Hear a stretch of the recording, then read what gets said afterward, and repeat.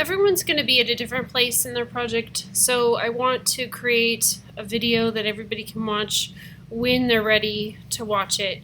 I do have to say the techniques that I use does not mean that those are the only ways that you can digitally paint.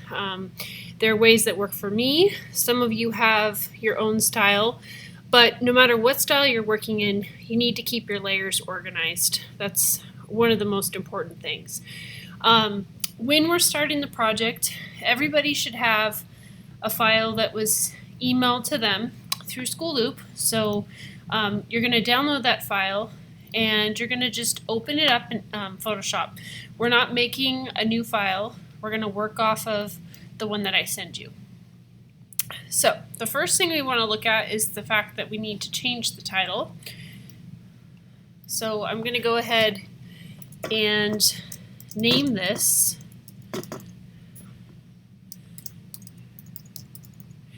I'm also going to convert it from a JPEG to a Photoshop file,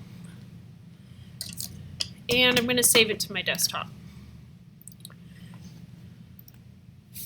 When you begin, you'll notice the file is in RGB. We're going to go ahead and convert that. So the mode is going to change to CMYK, and you're going to go ahead and click OK.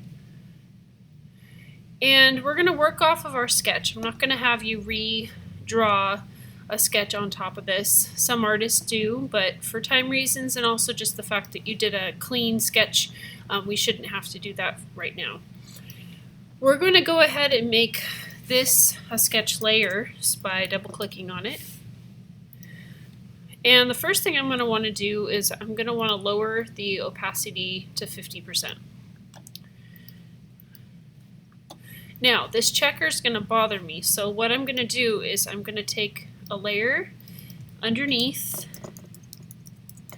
and I'm going to go ahead and call it background and fill it in with a white fill. So now I can later on take my sketch away and be left with my painting.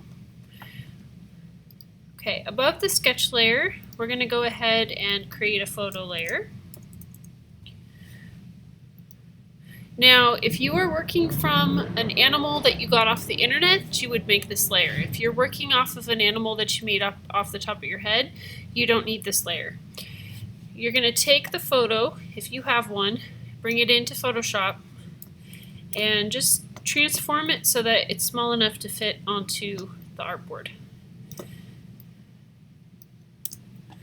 I'm not going to keep this layer on all the time. I'm going to simply use it to create a palette. So I'm going to grab a new layer, call it palette, and this is where you need to come in and start extracting some of the colors from the photo that you used. So I'm going to go ahead with my eyedropper, my brush, just a simple regular brush, and just start using those tools to start taking out some of the colors.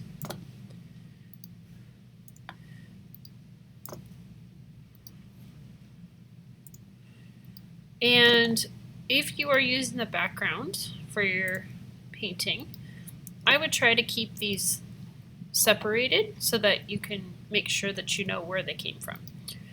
So I'm going to keep all my panda colors together. And then I'm going to come in, and I'm not going to do the trees, at least at this point I don't think so. I'm just going to do this tree, so not all the trees. And I'm going to start a separate selection of colors for that. You want to get as many colors as you can. You can always turn this photo layer back on if you feel like you need some more colors, but go ahead and turn that off when you're ready. And we're going to begin with our layer. So if you take a look at the one that I'm working on right now, you can tell I've got quite a bit of layers going. I divided up my body into multiple layers. I'm glad this popped up because it reminds me, you need to have this photo open over here so that you can be using it to look at as you're painting, especially when you start to get into the shadows and you start to actually shade some of your animal. So I'm going to go ahead and start with ear, and I'm going to just show you a technique that I learned. So I'm going to grab the black from his ears. I'm using my tablet, so the pressure should be on. That's what this is for. And I'm just going to gently start outlining. And if I screw up, I just undo and start over. Now, remember, it undoes and undoes. It goes back as far as the last time that you clicked on the artboard. So if I keep going and I undo it, it will go all the way back to the beginning of this line. So you want to try to maybe break up your lines a little bit.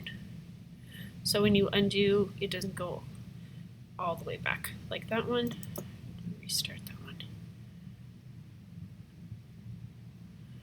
Okay. Now I could probably come in here and paint this pretty easily, but I want to make sure to get all these little fine details. And so in order to do that, I'm going to use my quick selection tool, and I'm going to click inside of this area. I'm going to get really tiny and try to get as many as I can. Okay, just to ensure that I get all of the area and I paint and there's no weird line or gap, I'm going to expand my pixels by 2 points. See what just happened? It ended up stretching it just a little bit farther. So now when I come in with a bigger brush and I paint, it'll look more natural and it will go all the way to the edge. Command D.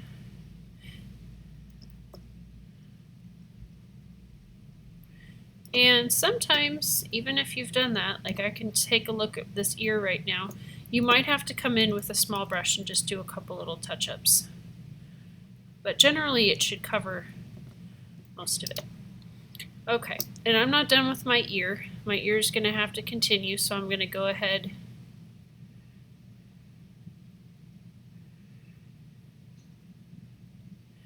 and give it an outline.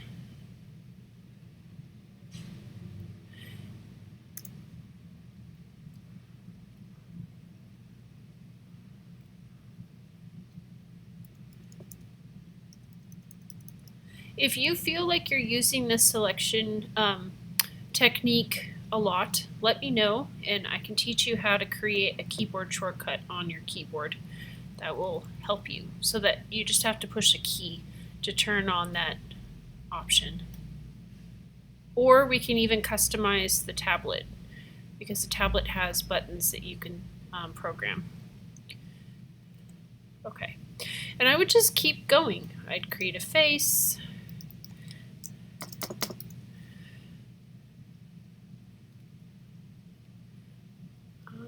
Let me grab my beige.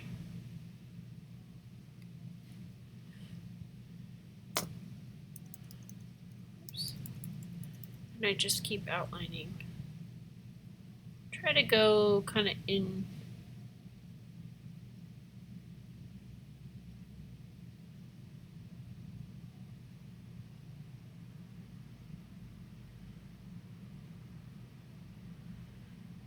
All the way around. It takes time and concentration and a lot of practice.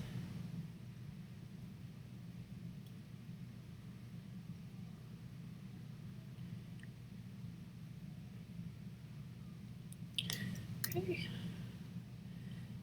And then I'm going to hold the Option key. Remember that deselects, so I don't want to pick up any of my eyeball pattern or detail, and I also want to deselect my nose. I'm going to go ahead with my paintbrush, or you could even use your paint bucket. You could come in here and just paint like this. And before I do that though, I'm going to do that expanding pixels technique and then come in and paint like that. If I wanted to go a little bit lower on the color, I could, because it looks a little bit tanner, so I'd try to grab more of those whites. Now, the other technique I want to teach you is with the shading. So as you shade, you're going to be coming to edges of objects. You want to, let's go to the thigh. You want to turn on what's called locking pixels right here, because now what I can do is with my paintbrush, I can stay within that area.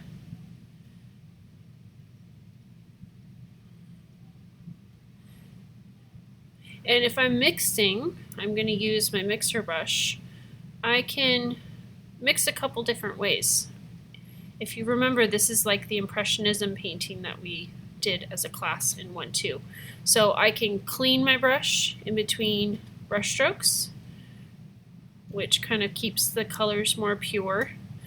And I can also mix colors as I go. So loading my brush with the color and then mixing it in. Also, think about using textured brushes for the final technique, like the final touches, so that you can get some of these rougher edges. I haven't done that yet on here, but I can come in here to my paintbrush panel, and there's a huge selection, and you can choose brushes off of these lists and just kind of study which one you think would work best for your animal. So if you have fur, try to find a brush that works really well with fur. If you want to experiment with downloadable brushes, we can go online. I actually got some smoke brushes from a website. I have watercolor brushes that I've downloaded. There's a bunch of special effects. I've downloaded raindrops, so there's a lot of brushes within Photoshop. There's also different ways to create different settings for those brushes. So I can change the angle, I can change the texture of that brush. So there's lots of ways. And I'm going to try to make a video after this on some of the last minute details of how to actually add detail to your animal. So I know this is out of your comfort zone for many of you, but I promise if you just keep going and practicing, you're going to get better.